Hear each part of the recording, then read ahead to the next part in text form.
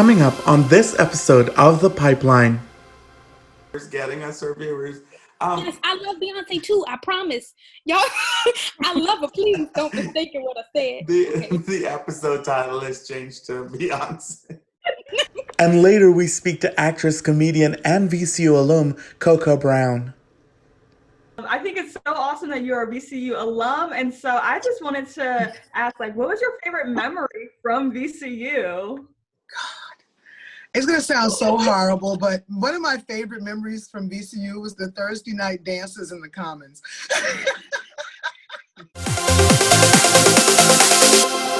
Welcome to The Pipeline, Episode 2, Balancing Act.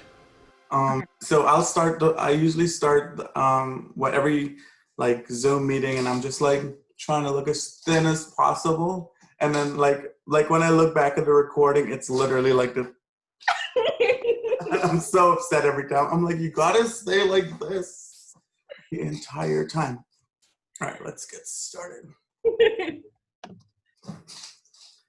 Hello, everybody. Thank you so much for joining us back here in The Pipeline, a podcast presented by the Division for Health Sciences Diversity, which hosts the VCU Pipeline programs, which are free programs offered to you by Virginia Commonwealth University, and they are available for you to apply right now. Please welcome my co-host, Ms. LaRae Linoir, the Assistant Director for the Division for Health Sciences Diversity. LaRae, how are you? I'm doing well, Ray. How are you? I'm good. I'm back in my one and only yellow shirt. I'm sure you've seen it multiple times. I feel like COVID has really cramped my style just because every time I go into a store, they never have new products or they never have my size or anything. And I don't even know if the stores are open. So how do you feel about that? Has it affected your fashion? Absolutely. I was just looking on Google Memories at my, a year or 2 years ago, and I had such cute work outfits, and literally now it's just I wear the same black leggings for all the time. And then just switch it out with a dress. So I wear a dress over leggings or maybe a top, but it's totally cramped. I'm trying to spice it up with some earrings now. Okay, I might try that as well. So I usually, before COVID, I was going for a very mature, very professor vibe with sweaters and older type wear, menswear. I'm not sure I can go back to that. I need to revamp my style, and I'm not sure what it's gonna be, but I think it's gonna be great. So I remember your cardigan. I remember I had one gray jacket that I wore for an entire 6 months, and then I lost it. So that's definitely not happening again. So our podcast is just something completely unique that we're doing here at VCU. We want to discuss the healthcare landscape, speak with some incredible guests, and check in with our pipeline program alums. So today, we're going to be talking about balancing it all. So how do you balance it? I remember asking you, to co-host this with me when you had a lot going on already. And I did it because I was selfish, and because I think we have a good rapport, and we're super hilarious a lot of the times. A lot of people don't get to see it, so we got to start recording those more. But how do you balance it all? I don't know. I really don't know. I take each day by itself. So I can't think about Friday. Well, I can't think about the end of the week. I just start with Monday and I just knock it out, give my best, and then start all over the next day. So that may not be the best, especially because we program, but hey, we knocked out an entire program, 6-week program today. So hey, we can get it done. Speaking of balancing it all, today we will be speaking to some of our pipeline alums, and these are students who have participated in our pipeline programs in the past. We want to see what they're up to and how they're coping with college life and all those extracurricular activities that we so recommend they do in order to enhance their resumes as they vie for jobs or professional school admissions. So LaRae, go ahead and introduce our first student. Yes, first a participant in SAEP 2020 and recently accepted to VCU School of Pharmacy, a senior at Hampton University from Suffolk, Virginia. Her favorite dessert is ice cream. She enjoys writing stories and sharing positivity to others. Please welcome our returning co-host, Jayla Washington Bennett. Also, a senior at VCU pursuing biology and the pre-medicine track, a Pipeline alum from the VCU Acceleration 2017 cohort, also a current VCU Acceleration mentor, and just past summer, she participated in the 2020 SAEP program, or the Summer Academic Enrichment Program. She's also a director of Camp Cassim chapter here at VCU. She enjoys doing it yourself projects, singing and dancing to R&B, I can relate, and exploring new food places here in Richmond, I can highly relate, and binging girlfriends on Netflix. Please welcome Ribka Alemu. And after moving to the U.S. in December 2018, our next co-host started college right away. She now attends Old Dominion University studying biomedical sciences with a pre-health concentration.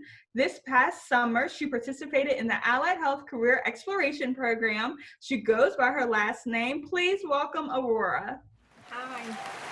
Hi, we really appreciate you all joining us today. It's going to be exciting to hear from not only Acceleration, but the Allied Health Career Exploration as well as SAEP. So many different perspectives from our programs. Today, our guest will be actress and comedian and host of her very own podcast, The Coca and Gary Show, who will speak to us in a few minutes. But first, how is everyone doing? We'll go around the room and let us know how you're feeling in these unconventional times. Jayla. Yeah, I'm doing pretty good. I recently actually got back into trying to exercise, keep my body good and right. Like you said, there's a lot going on right now, so it's, especially difficult. So I try to make sure that mentally I'm doing all right, check in on myself every single day, and just doing as much things that I can do to make sure that I don't come crashing down while all this stuff is going on. Yeah, understandable. Aurora? So, to be honest, I have been busy as a bee. I mean, I started my classes at ODU, and I'm taking 16 credits at the moment, and everything is online. It's kind of overwhelming, but it's still going on. And to be honest, there needs to be a balance of social life and education life. So I'm trying to do that. And with that, I am whenever I get time, I read books, I watch Netflix, and that's what I do. And I'm just trying to stay good and keep up my grades up. Yeah. Thank you for sharing that with us. And speaking of Netflix, Ribka, tell us about this girlfriend's binging that you've been doing, and what else have you been up to? Girlfriends is my anchor. The show my roommates and I every night we'll watch it together and decompress from our days. And I mean, I've been doing great, I can't complain, but I guess the word that comes to mind is discombobulated sometimes with all that's going on with school being online. I feel like this semester is just so unique. It doesn't feel like normal school to me. So it's every day is an adjustment. And one thing I try to do is go outside every day just to make sure I get some fresh air. But yeah, overall Girlfriends is just getting me through. Yes, I love Girlfriends. I feel like all the throwback shows right now are on Netflix. So that's been really fun to show the kids and let them see what mommy watched back in the day. But okay, so thank y'all for sharing about the ways that you are being present and really focusing on the mental health piece. And I feel like for the Summer Academic Enrichment Program this summer, that's something we really, really tried to focus on because your days were long and we're over Zoom. So I just want to hear from all three of you, what was the most beneficial part of participating in the Pipeline program that you participated in, and how has it helped you with your academic year currently? And so we'll start off with Jayla. Yeah, something big that I really took away from it was socializing and getting to know different people from, dentistry and all that. It really has integrated itself into my classes. I didn't used to I'm one of those people where I feel like sometimes my questions are like the dumb questions, even though they're not. Pipeline program has actually helped me to, use my voice. And if I have a question to just ask, no matter what I may think, someone else might benefit from my question. So it's just really helped me try to, get my questions out there. And I feel like that obviously relates to socializing, because sometimes I feel like I just want to keep to myself and not talk to others, and that's not good for you. So Pipeline really helped me big with socializing and just, getting out there, communicating. That's so awesome. And self-advocating, that's so important. And I know for some of the students that I work with, it can be a little intimidating virtually because, you may have to ask the question in front of the entire class. You don't get to go and, walk up to the professor after class. So I'm glad that you feel more confident in advocating for yourself. Aurora, what about you? What did you learn from the Pipeline program you participated in? Well, I would second what Jayla said. It's just that I am a very shy person, and for me, it was like really difficult to get used to like going to the Zoom and then talking to people. But with the Pipeline, it helped me understand like it's not just one field where I can go. It's like many other fields in the medical field. When it first started, it was like it was going to be on Zoom. I was not really excited for that because I was thinking that maybe in person would be much better, but with the Zoom as well, like they helped in advancing everything. Like it was so innovative, and it was like just like we were in person. I think the programs just incorporate different aspects of things you wouldn't really think of, but virtual right now, you need to have these strategies in place. Yeah, and I'm just so impressed that we were able to just pull off the relationship building because everyone was just everywhere, but I feel like each cohort was really able to build a relationship and stay connected. So I'm so glad you all felt that way as well. So Ripka, you were a part of Acceleration, and Summer Academic Enrichment program. So what have both of those programs, what was the most beneficial part of participating in both of those programs for you? Yeah, so the acceleration program, that was my summer going into college. So it absolutely was the wake-up call I needed to know what and how school was going to be.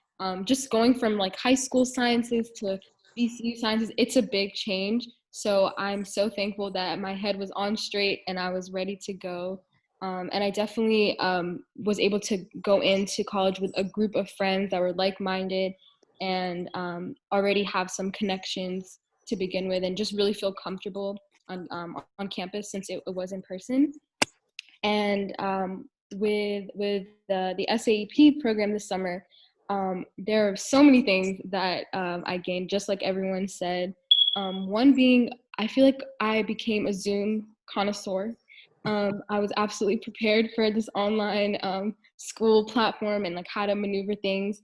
And I really learned, the program was definitely challenging, but in a good way. I've never challenged myself in that way, I feel like, and it gave me some confidence to believe in myself, to want to apply soon and feel like I am ready and I can handle my future. And also, yeah, like the connections, I met people in different states that I've never been to. We all grew so close to each other, and also just like learning how to balance things. We were forced to do these socials, even though we're like, we have a test, but it was still fine. It's always fine. It's good to take breaks. And it, again, showed me that you can be balanced and still do this and have friends and do what you want. So I'm very, very thankful for both of those opportunities. A lot of these programs, you don't really see the benefit when you're in it because you're just You just focus on getting through every day after day after day. And when you're completed, then you miss it. And then you're like, oh, this is why I was so busy, or this is why they gave us that information, because now I can make a decision on how to do something else in your life. And our pipeline programs, Ripka, you participated in 2 programs. Our pipeline programs start all the way in middle school, and they go to after you've graduated college. So there's so many programs that you can start when you're in high school, middle school, and still be in the pipeline all the way to when you get into professional schools. So that's something that we really, really want to highlight about our programs. So we understand that you are always encouraged to do shadowing hours, volunteer experience, and just extracurricular activities, like I said, to build your resume, to set yourself apart from other candidates vying for jobs or even professional school admissions. So what do you all participate in, and how do you schedule those things differently in accordance with your academics as well? Oh, I was like, no one's speaking. Let's start with Aurora this time.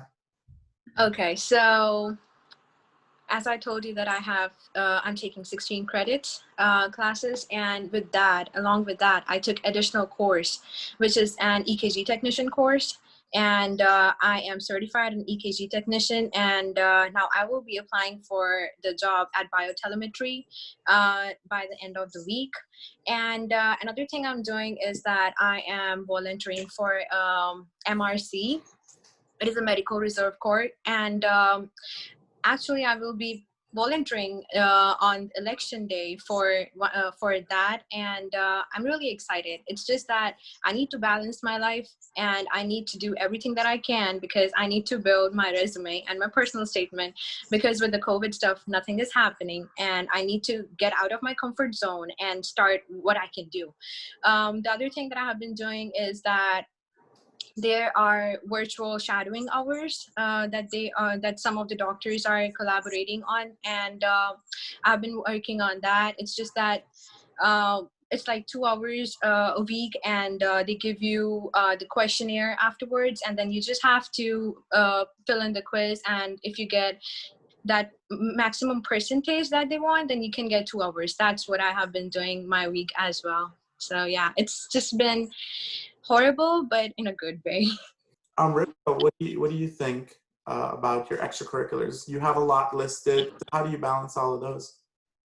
I think I've gotten better the older I got. I know, like, when I first started VCU, I was shadowing, volunteering, research, this organization, this and that. And throughout my first 3 years, I gained a lot of my hours that I needed. So by then, by around junior year, I really started to solidify what organizations I wanted to be involved with, because I really love to give back, and it keeps me going when I'm doing schoolwork to have something else to do.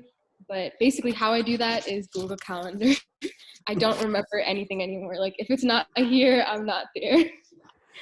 Yeah, that's just like phone numbers. Do we even remember any phone numbers anymore? No, it's all on our devices. Exactly. Today, our guest is known for her lead role in Tyler Perry's The Single Moms Club, or for better or worse, FX's American Crime Story, NBC's Marlon, and most recently, Fox's critically acclaimed 911. One of my favorite shows as well, Netflix Never Have I Ever.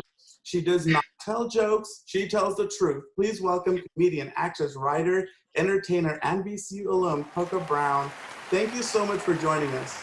Thank you for having me. We're really trying to build a following for our podcast to promote our free online programs, and we appreciate you being here today. How are you, and where are you? I'm good. I'm in Atlanta. We just had a mini hurricane come through here last night. So it's been very interesting because unfortunately Atlanta does not do any kind of bad weather well. So, there was no bread, no milk, no water anywhere.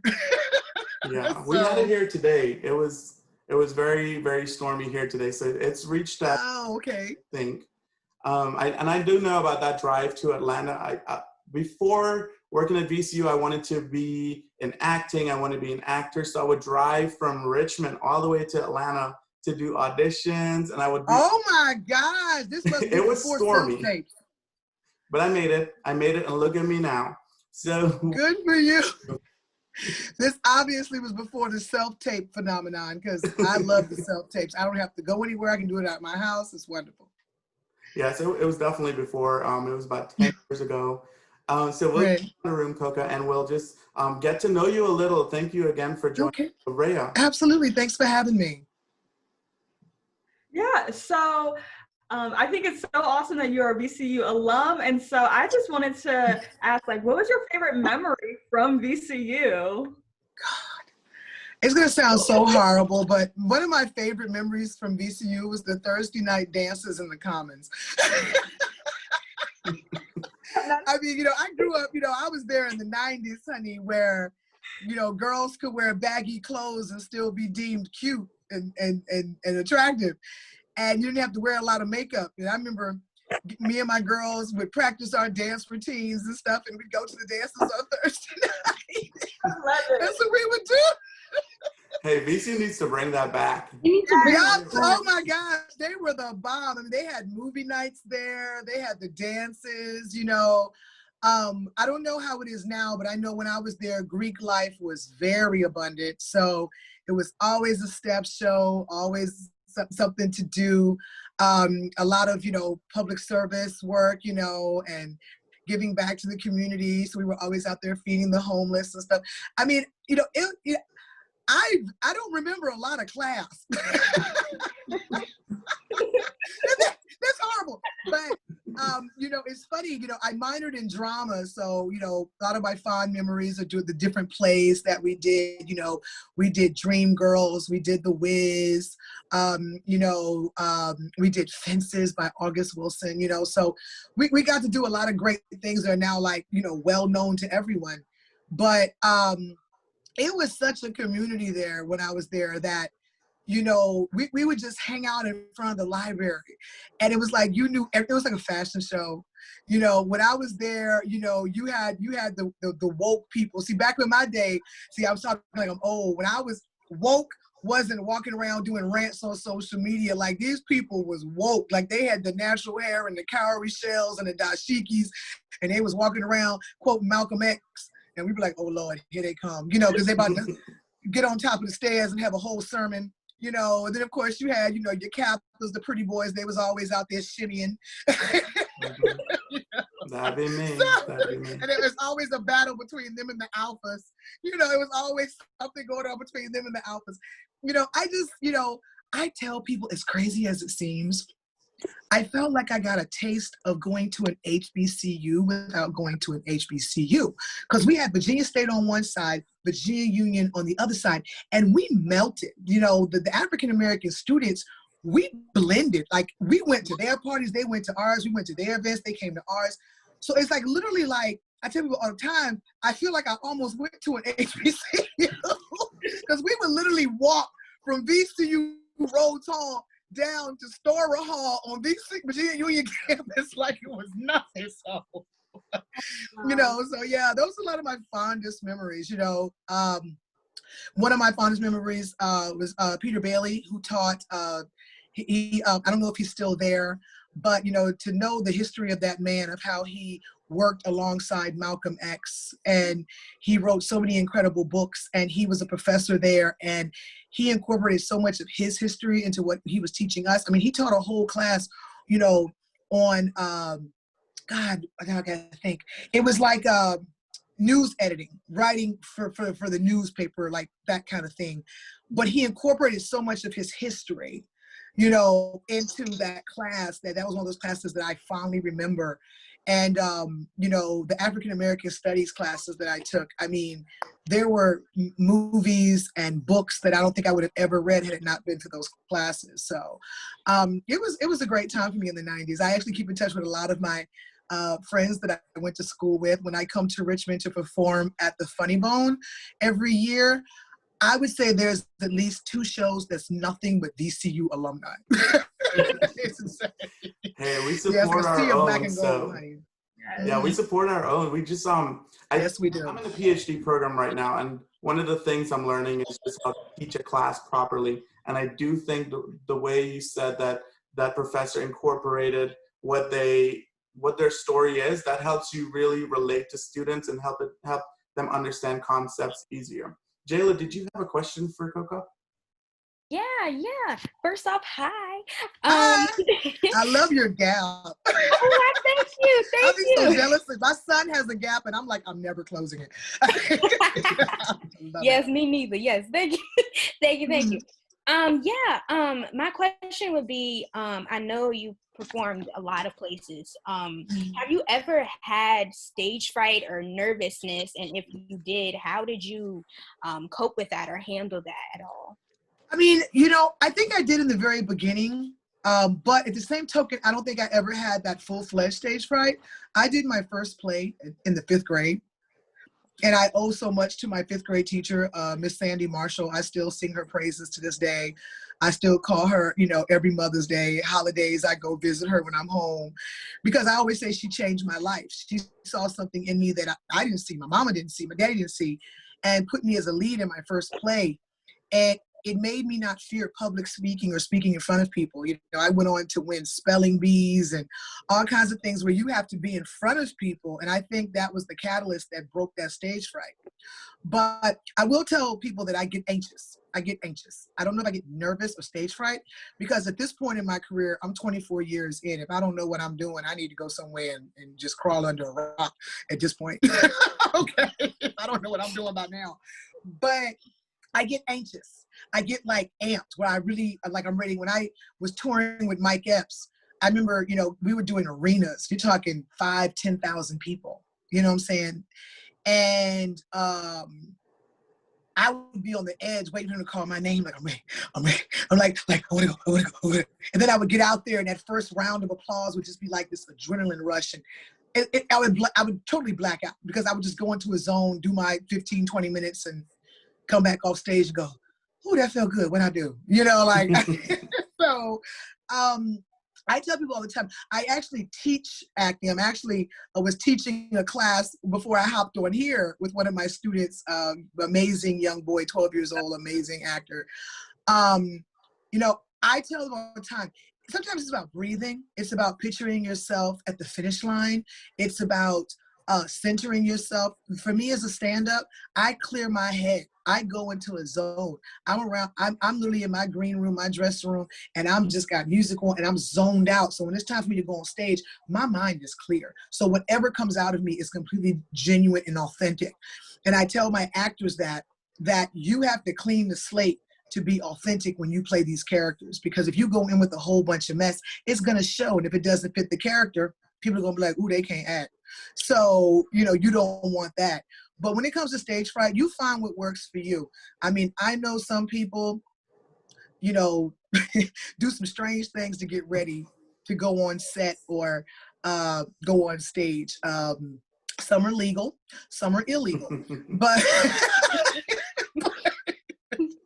but you have to find what works for you to get you centered so that you can be completely present in the moment.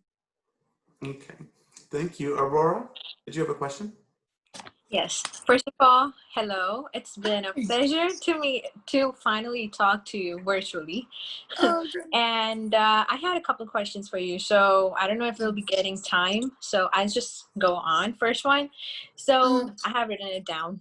It's like, how would you explain your journey as a Black woman stepping into comedy and then into Hollywood? Was it difficult for you or was it easy?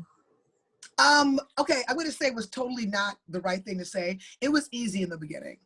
I came into the business off of the cusp of a thing called Def Comedy Jam.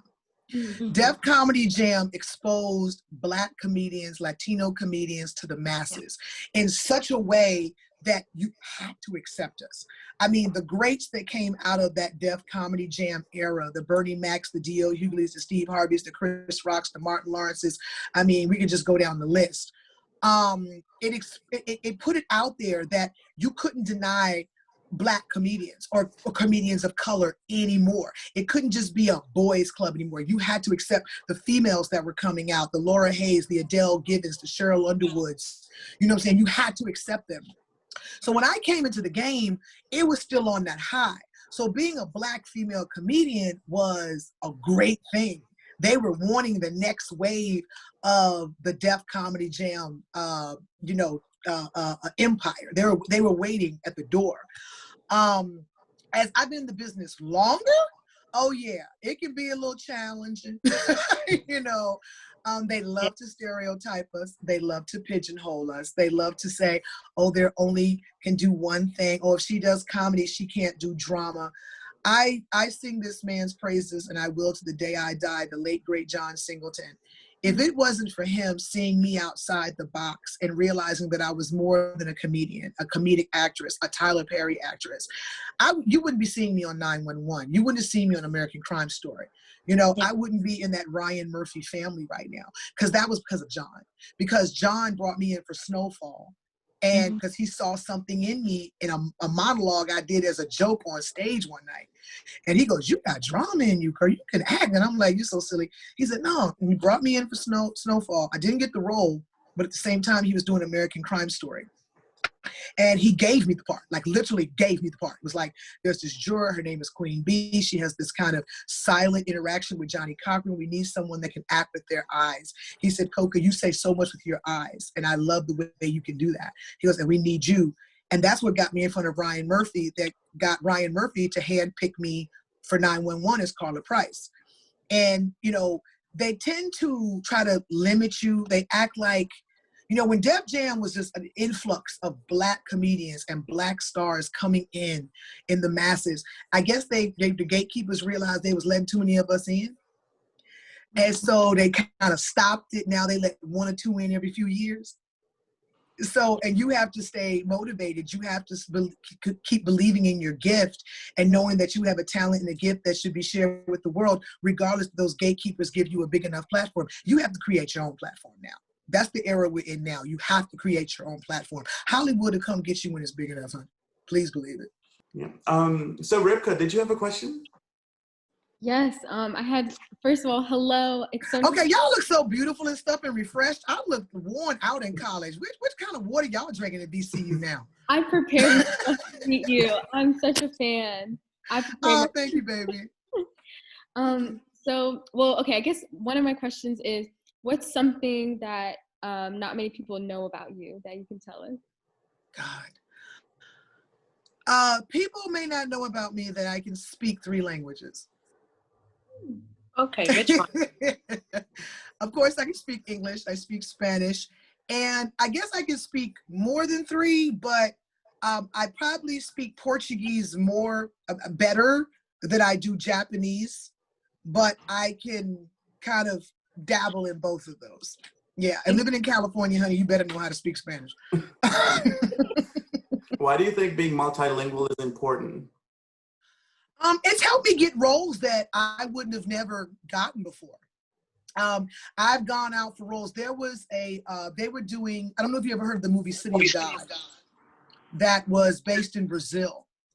And they were doing a TV series that initially they were doing in Brazil, and then they moved it to LA to shoot one of the seasons. And they were looking for actors who could speak Portuguese. Wow. So it was great that, I had that in my back pocket. And it's crazy because I literally learned how to speak it from Rosetta Stone. I went through this phase where I wanted to learn as many languages as I could. And I was a huge fan of the movie City of God that was all in Portuguese with subtitles, but I wanted to be able to watch the movie without reading it. So, and then Spanish, it just comes in handy. Living in LA, sometimes you just want to respect the person. My son's first nanny was Mexican American. She spoke barely any English, and me and her could have conversations. And she just thought that was so amazing that, she literally wasn't having to look at me like I was crazy because I'm speaking English to her. I could speak to her. But it comes in handy when it's on your resume, because sometimes they do films and TV shows where they want someone that can speak another language just for whatever reason. But for me, it's just something that I've always been fascinated with. People don't know that. I think only a handful of people know that I speak Portuguese and I can speak and understand Japanese. Most of my friends know that I speak Spanish, but they don't know the other ones. And that's going to be our clickbait. It's going to be like Coco Brown speaks Portuguese. Click right. now. Obrigado. Nós vamos So I wanted to ask you about your role in 911. You played a nurse, and obviously we're the Health Sciences Pipeline Program. Did you have to do anything to prepare for that role, or how did you go about not pretending, but like embodying being nurse? yeah. You know, I was fortunate when I got the offer to play Carla Price in 911.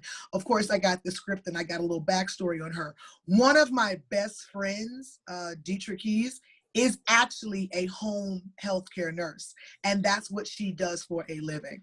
She was doing hospice at the time, which is basically what my character was doing, which is someone who's beginning to transition to the next life. And you come in to make that transition comfortable. So I was able to go to her and really pick her brain, you know, so I could play Carla authentic. Yeah, I could have went in there and just winged it, but I wanted to look like I knew what I was doing. And it was so funny because I've actually had people ask me, had I been a nurse before? They said it was certain things I did with my hands or certain things I said. And they were like, have you been a nurse before? Because nurses do that. And I'm like, well, I know, but luckily my friend Dietrich gave me some hints. So I do tend to do research on the characters I play. I mean, the only one I think I really didn't do much research on was Jennifer on For Better or Worse, because Tyler told me I could make her my own.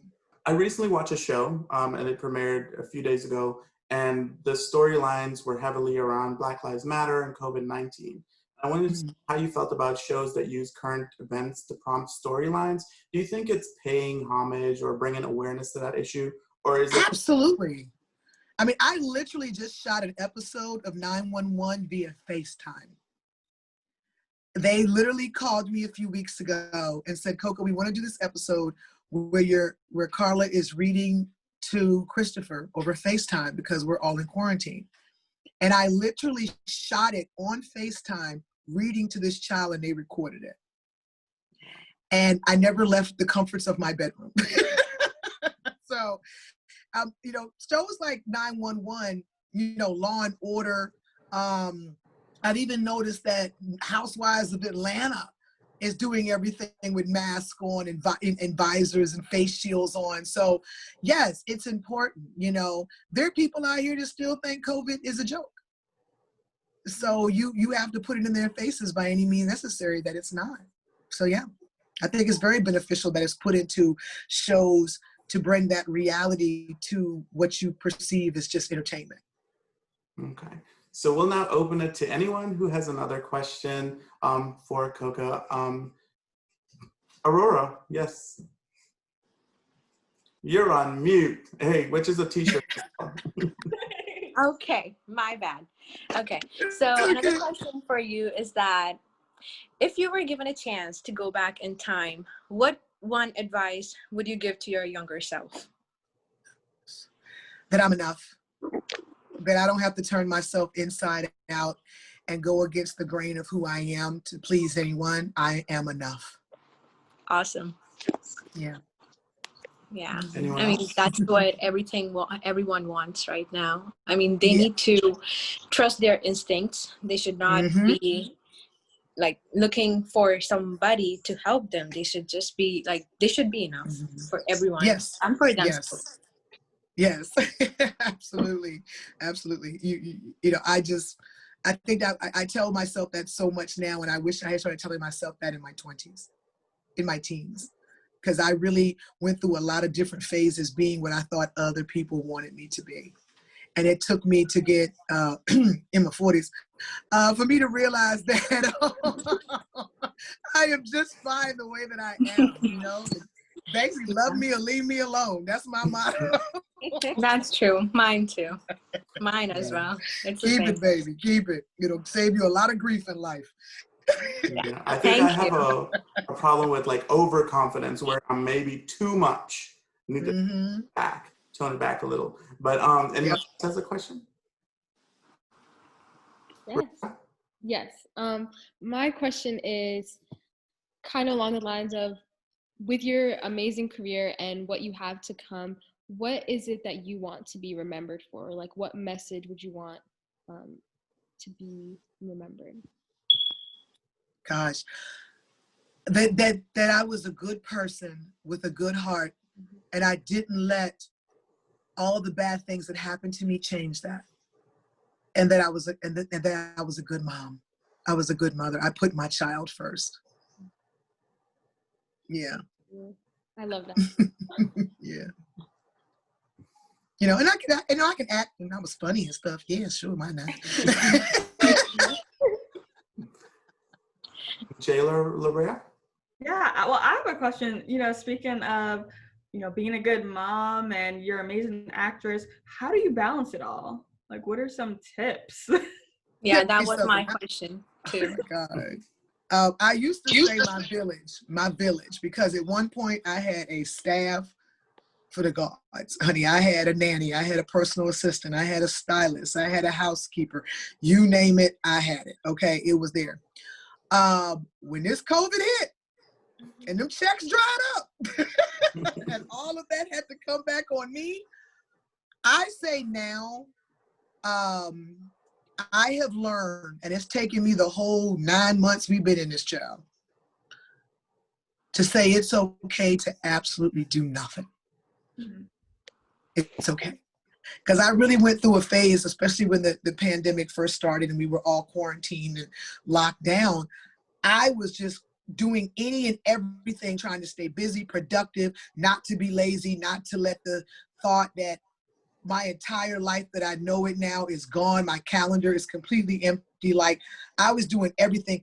And it was just wearing me out. Where everybody else was chilling, getting unemployment checks, I was like, "No, I'm gonna get this. I'm gonna get this bag. I'm gonna do what I gotta do." And blah blah blah. And I burnt myself slam out. So now I'm in a place of delegate what you can to those willing to help you. Some stuff just ain't gonna get done. And it's okay to do it in your time frame, that you don't go crazy. Amen. Yes. Okay. Okay. Well, Oh, I will shut this phone off. Please believe it. And I would never do that before. Never. Because I was so scared I was going to miss something. But now, for an hour a day, I totally shut my phone off. And I just have that time, whether it's with my son, or I'm taking a nap, or I'm just catching up on a TV show. Because it's crazy. I'm on TV, but I find it so hard to find time to watch it. You know, but yeah. Well, as we wind down our conversation with you, I want to know what you have going on next. So I know you just said you filmed 911, but what else is coming up for you, and where can we find you? Okay. Well, actually, day after tomorrow, I'll be in Columbus, Ohio, doing the Laugh Your Face Off comedy tour.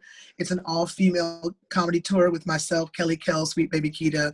I'm excited about that. It's good to be back, you know, because it got real funny. I think I've done 3 shows in the last 9 months, which is absurd. I usually do 3 shows in a week, you know what I mean? So it's like really weird. I'm also going back to shoot Never Have I Ever. We are back for a 2nd season. Yes, we go back to shooting the last week of November, and we shoot through the 3rd week in December. I'm actually doing a cameo in a movie called Black Parasite that shoots this month, that you'll be able to see. If I'm not mistaken, it's going to Hulu. I do believe it's Hulu. And I just shot a movie called Still on My Block. I also shot a movie called Black Skin, which is loosely based on the Philando Castile story about the young brother who got killed in Milwaukee. I'm actually playing his mother in that movie, so that was amazing to play. Also, I did a Hallmark movie coming out this Christmas called A Cupid for Christmas.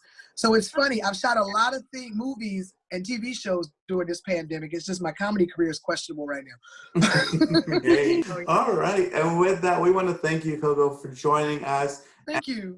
Helping us promote our pipeline programs here at Virginia University. And absolutely, we'll follow you, and we will be connected. And when this is in person, we will be sure to invite you again. Please do. Please do. I'm from Newport News, so I'm usually home holidays. So reach out to me if you do anything over the holidays.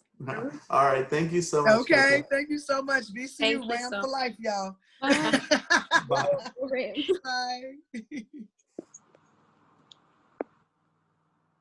Well, with that, we have come to the end. Thank you all for joining us today. Thank you to my co-host, Ms. LaRae Linoir. We have our returning co-host, Jayla Washington Bennett. We have Ripka Alemu and Aurora. Thank you all for joining us today. Thank you for having us. We'll see you next time in the pipeline. Bye. Yeah, it was like National Geographic. Like, I was like, what am I watching? I literally, I'm sorry, y'all, but I wanted to watch it because I love Beyonce.